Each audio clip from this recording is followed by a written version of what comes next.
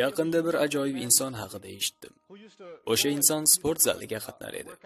U yerda esa ayollar ham bo'lib, yigit musulmonligi sababli doim ko'zini nomahram ayollardan tiyar edi.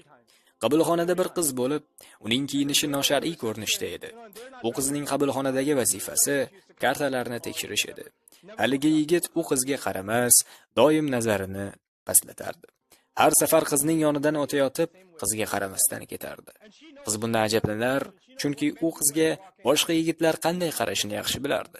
Lekin haligi yigit esa unga hech ham qaramasdi. Chamasi 4 oydan so'ng qiz yigitdan "Nimaga menga qaramaysan?" deb so'radi. Yigit esa "Men qarolmayman. Men nafsimga ergashmayman, balki Allohdan qo'rqaman. Unga ishonaman. Shuning uchun qarolmayman" dedi. Shundan so'ng yigit bu suhbat fitnaga aylanishidan qo'rqib, bu yerga boshqa kelmadi. Bu bo'lib o'tgan voqeani esa o'sha qizni o'zi islomni qabul qilganidan so'ng